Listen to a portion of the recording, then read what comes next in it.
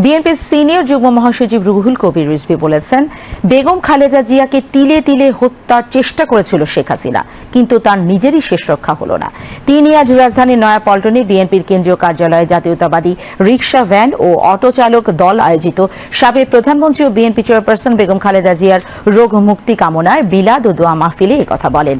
সংগঠনের সভাপতি আলমগীর হোসেন মন্টুর সভাপতিত্বে এ সময় বিএনপি চেয়ারপারসনের বিশেষ সহকারী শামসুর রহমান শিমুল বিশ্বাস সহ বিএনপির কেন্দ্রীয় ও বিভিন্ন অঙ্গ সংগঠনের নেতৃবৃন্দ বক্তব্য রাখেন। এ সময় রুহুল কবির রিজভী বলেন, দুঃশাসনের নজির সৃষ্টি করেছে শেখ হাসিনা ও তার পরিবার।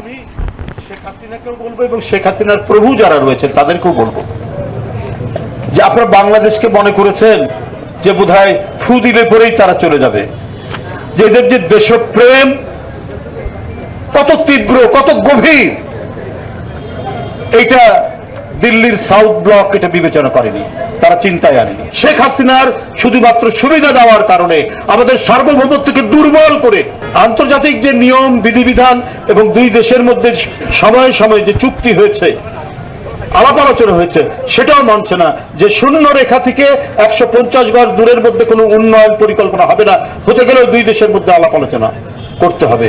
সেগুলোর কোনো কিছুই তারা না মেনে কাঁটাতারের বেড়া দেওয়ার চেষ্টা করেছে।